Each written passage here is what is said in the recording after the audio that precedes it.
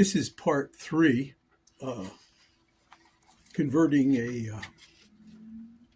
Phantom DJI Phantom 2, taking the old controller out and putting in a more modern flight controller.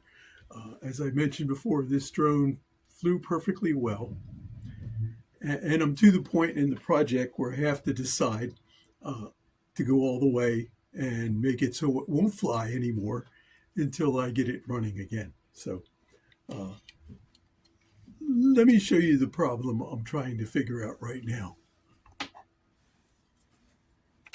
In the native Phantom 2, it has one, two, three, four electronic speed controllers, and each one of them is controlled by that little wire right there, which goes into the main board. See that each one has that right there. That's the power. But these four wires, only three are used, control the electronics in that board to control the frequency of the three-phase electricity that is pumped into the motor. In other words, how fast it goes. And that's how these drones fly, and you can spin them. They spin at different speeds and tilt and whirl and can do yaw. So that's the way it's configured. It's kind of older technology in some ways, but it's still kind of current. And this is the controller, a more modern controller, and this is the actual flight controller. And instead of four ESCs, you just have one,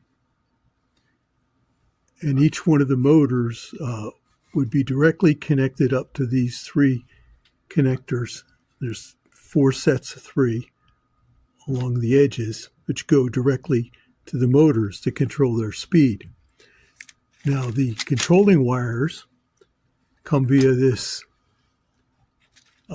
ribbon cable, which plugs into the the four-way ESC, and goes into right here on the controller. So it's very streamlined, very compact. And in fact, here's the wiring diagram of it. That's the ESC. The four motors are pictured here, and this would be that ribbon cable, which goes into there, into the flight controller. So I could use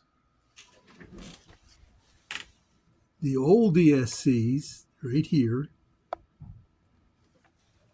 and skip using the multiple ESC right here and just figure out this wiring and go direct to the old ESCs. But it seems kind of clumsy and defeats the point of having a more modern controller.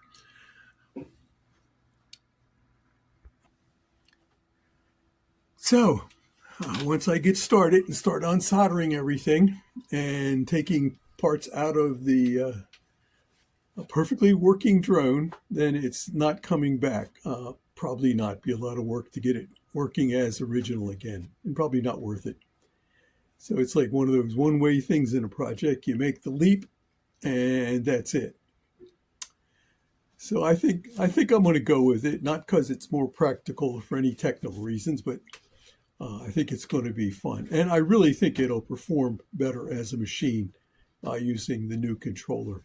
It'll give me a lot more options for playing around with settings and whatnot, and a couple of more channels to play with in case I want to put auxiliaries on the drone. No real purpose for the thing. This is all for fun, amusement, and learning. So, all right. Part 4, I'll deal with the actually taking the thing apart. Once I get up the gumption to start doing it. Oh boy.